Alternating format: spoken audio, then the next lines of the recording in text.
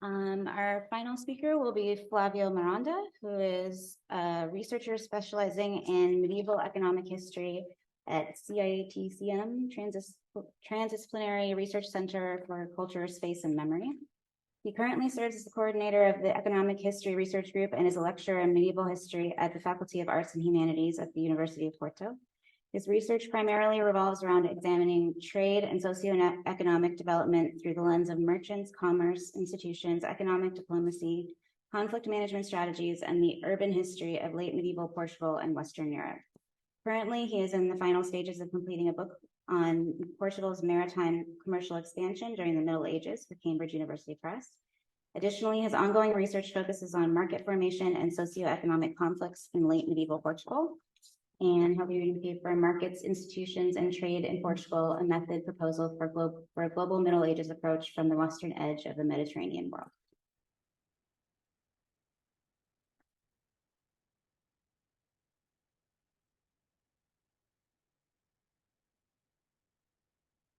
Well, good morning.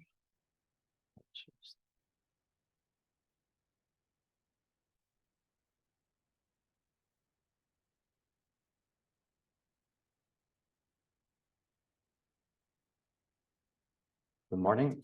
Before you ask, Victoria and Albert Museum does not pay a commission for using this Portuguese farewell on his Moorish bowl. It was just a happy coincidence. I'm not going to talk about it, I'm just projecting it because it looks nice.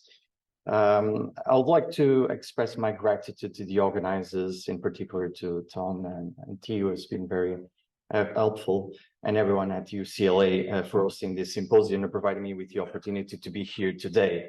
I would also like to thank FLABS, the Luso-American Development Foundation, who supported also this research.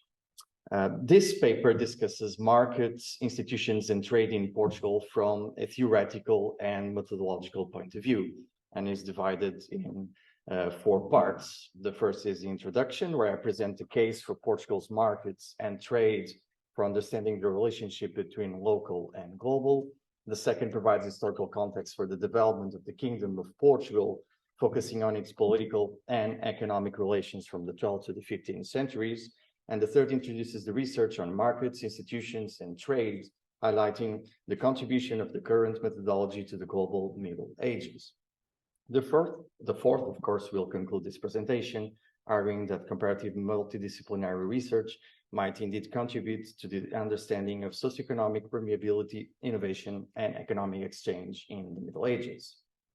The Portuguese and the Castilians, as we all know, are renowned for their pioneering role in exploring the world and initiating the globalization process, a period that recent historiography defines as the first global age.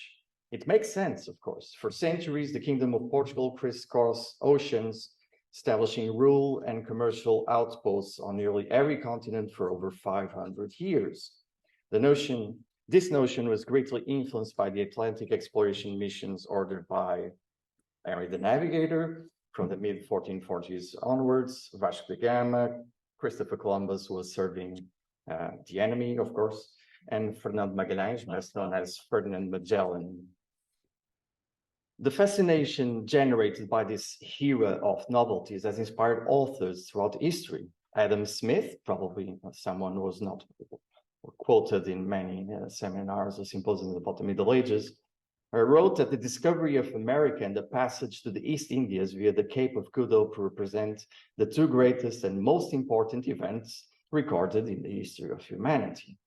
This idea of a new era brought about by oceanic expansion has contributed significantly to perpetuating stereotypes of stasis, immobility, and lack of innovation and contacts applied to periods preceding the 16th century, particularly the Middle Ages. However, this could not be further from the truth.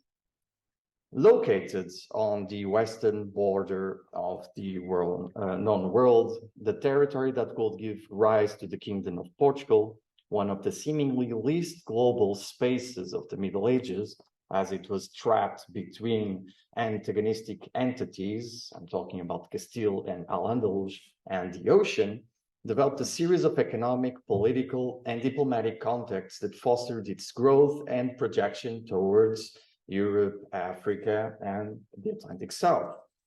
I will therefore use Portugal's markets and overseas economy in the Middle Ages in this paper as a case study. And the goal is to discuss a methodology capable of tracking the origin of markets and institutions, their characteristics and norms, the development of trading patterns, and the influence of sociocultural elements from a comparative perspective beyond the Mediterranean and Europe. So rather than focusing on periodization, the purpose is to discuss how societies influence the making of markets and their impact on institutions, rules, habits, but also language. This paper breaks from prevailing historiographical understanding that posits Iberians solely as pioneers of the first global age, often disregarding the mobility and permeability of economies, societies, and culture in previous centuries. While European overseas expansion obviously accelerated change, one must acknowledge the existence of multilateral and multi-layered relationships between people from different parts of the world and social religious backgrounds predating the 16th century, of course. A good example of this is the medieval European or Euro-Asian cross-cultural trade of the circulation of people, goods, and ideas. The main difference between this research and previous studies conducted, for example, on medieval Castile and Flanders by authors like Hilario Casado Alonso, David Carvajal, and Basun Bavel, is that the focus extends beyond economic issues related to growth and socioeconomic inequalities.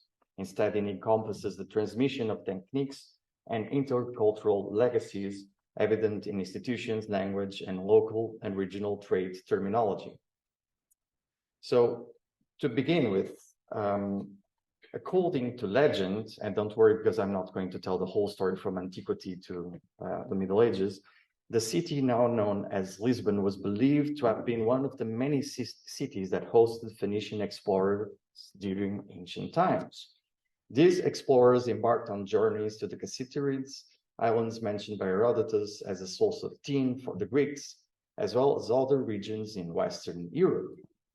The seemingly boundless ocean did not deter these Phoenician travelers, as it was already inhabited by communities well-versed in using maritime routes for social interaction and trade in various commodities. It is speculated that the Phoenicians were among the earliest long-distance foreign merchants to establish a presence in Western Iberia, with evidence dating back to their arrival, as early as 1200 before Common Era. Furthermore, artifacts such as the Greek coins from around 385 BCE and ceramic fragments have been unearthed in the Porto region in the north of the country, suggesting the visits of other groups to the Atlantic shores of Iberia or its circulation within Iberia. The origins of global trade in Europe can be traced back to ancient times, as evidenced by the activities of explorers then, such as the Phoenicians, the Greeks, and others. And these early adventures unveiled the potential of cross-cultural commercial connections and highlighted the uniqueness of regional industries and products and the prospect of market complementarity. Although their knowledge about all continents during this period remained limited, these historical accounts underscore the existence of early global trade connections and their significant role in shaping economic interactions across diverse regions. During Portugal's transition towards becoming an independent kingdom in the 1130s and 1140s, a significant political, cultural, and religious divide existed between the northern and southern regions of the territory. The northern parts of the territory was under the rule of the Christian Kingdom of Portugal, while the southern region was under the dominion of Algarve al-Andalus. In a simplified manner, this implies that there were two distinct conceptions of power, institutions, culture, and trading traditions, each one with its own influences and geographical scope.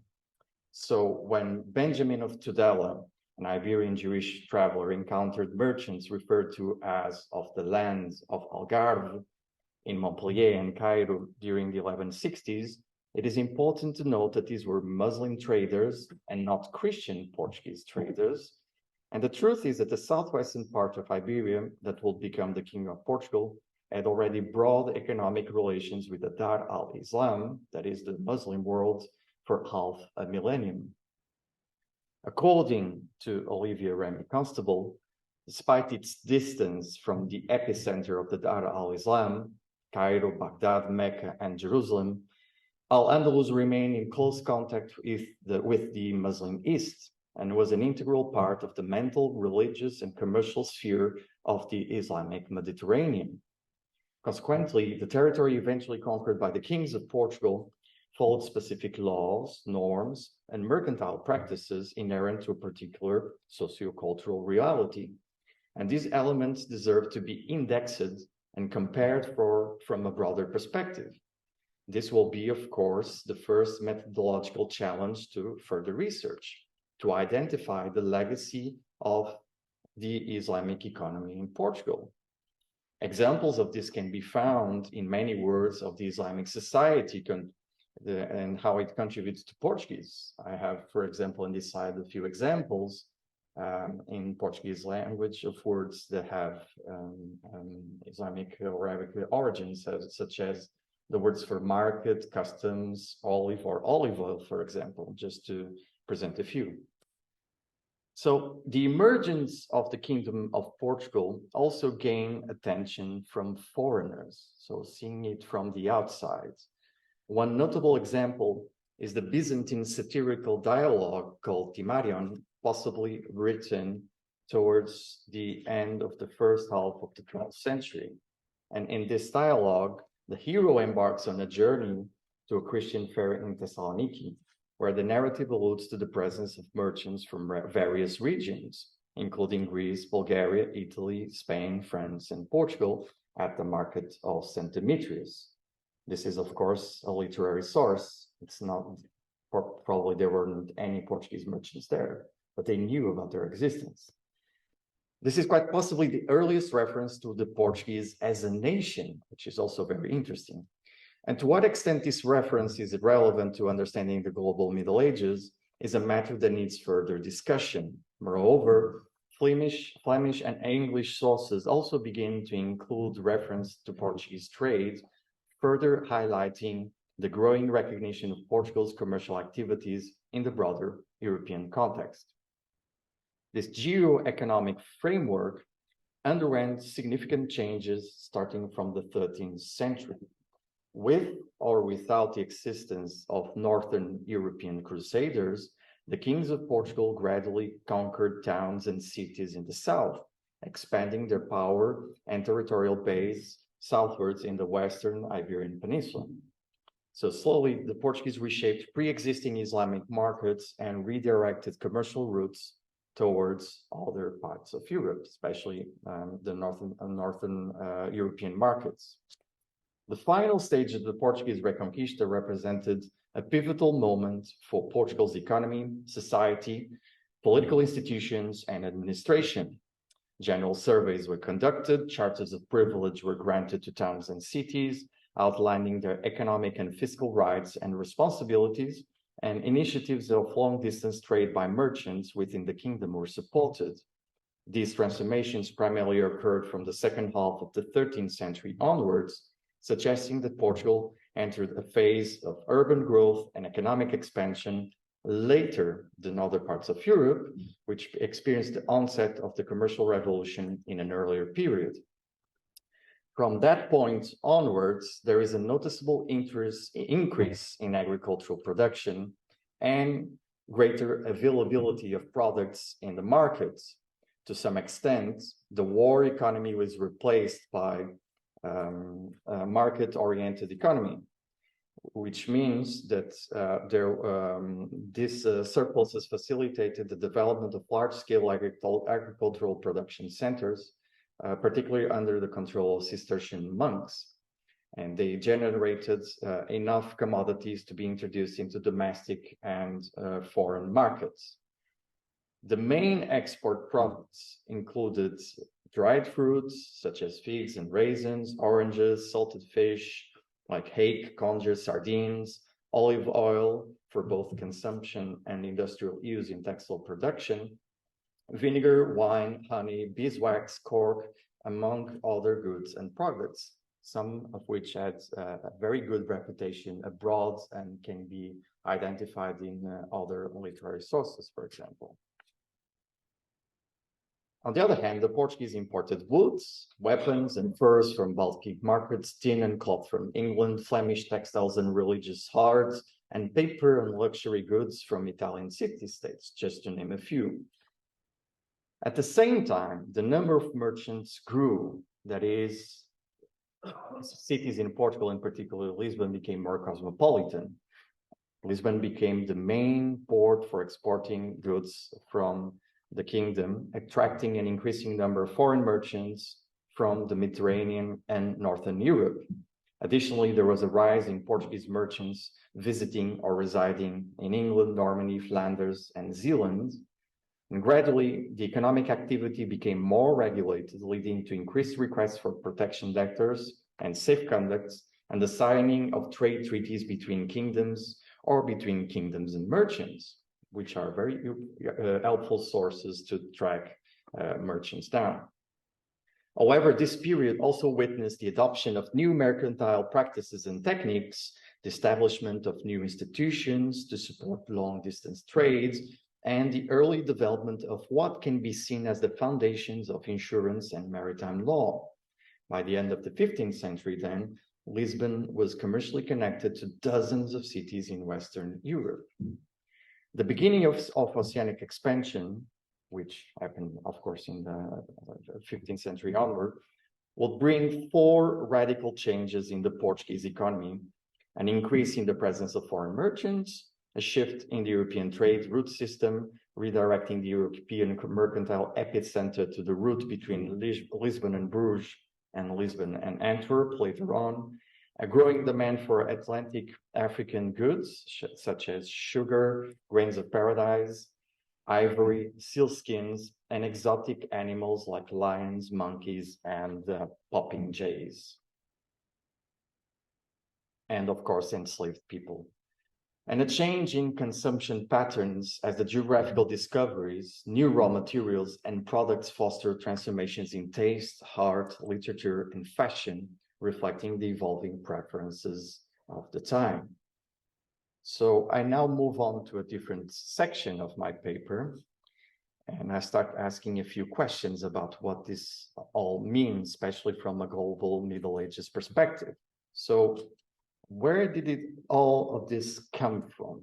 And at what extent did the formation and development of markets in Portugal represent a process influenced by external factors or a movement of local innovation?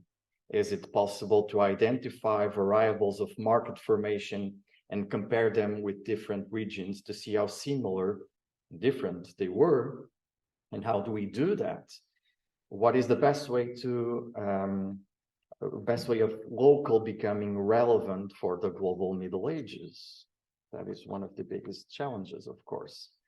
And given the intricate evolution of the economy during the medieval period, as well as the issues surrounding the plural nature of time and the coexistence of distinct phases of technological, institutional, and social development, the examination of markets through the lens of global medieval methodologies appears to provide assurances that it can facilitate the comprehension of cross-cutting similarities and differences, while also focusing on networks, mobility, resources, and other elements.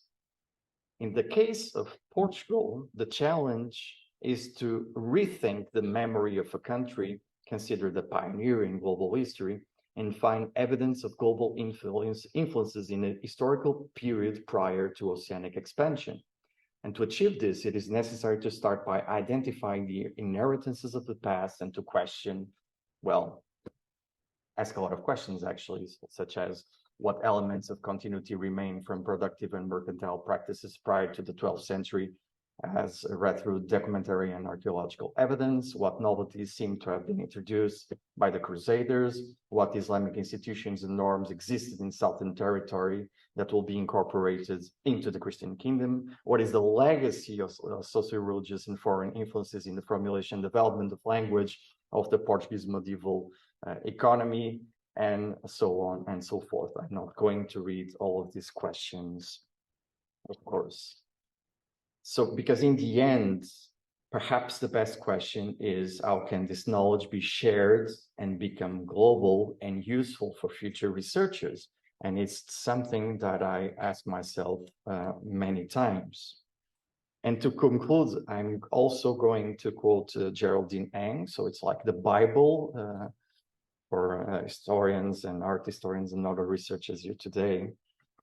Because she wisely argues that a global perspective of the deep past not only counters the Eurocentrism, like it has been mentioned, but can transform our very understanding of history and time itself. Similarly, Catherine Olms and Naomi Standen assert that the global Middle Ages involve more than studying parallels and origins.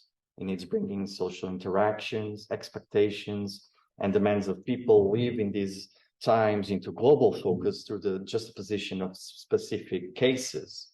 This, of course, entails the investigation of networks, mobility, value, trust, political mediation, and resources.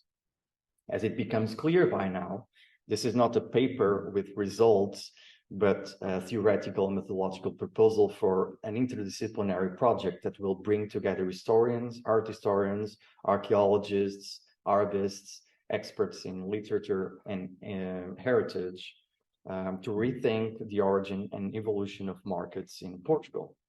Moreover, it aims to explore their originality and influences from a comparative global perspective. By comparing Portuguese markets with those in other regions, we'll be able to identify shared features, cultural exchanges, and influences that have shaped the development of markets over time. So this is also a sort of invitation for someone who wants to participate. Of course, there are also other challenges to using medieval markets as case studies. One is that our sources are often incomplete or biased. Another challenge is that tracking the movement of goods and people across long distances can be difficult. But despite these challenges, a fresh perspective from the Western edge of the medieval world, I think, offers a valuable opportunity to study markets, institutions, and trade from a global perspective, one that allows us to gain insights into the economic, social, and cultural interconnectedness of the medieval world. Thank you.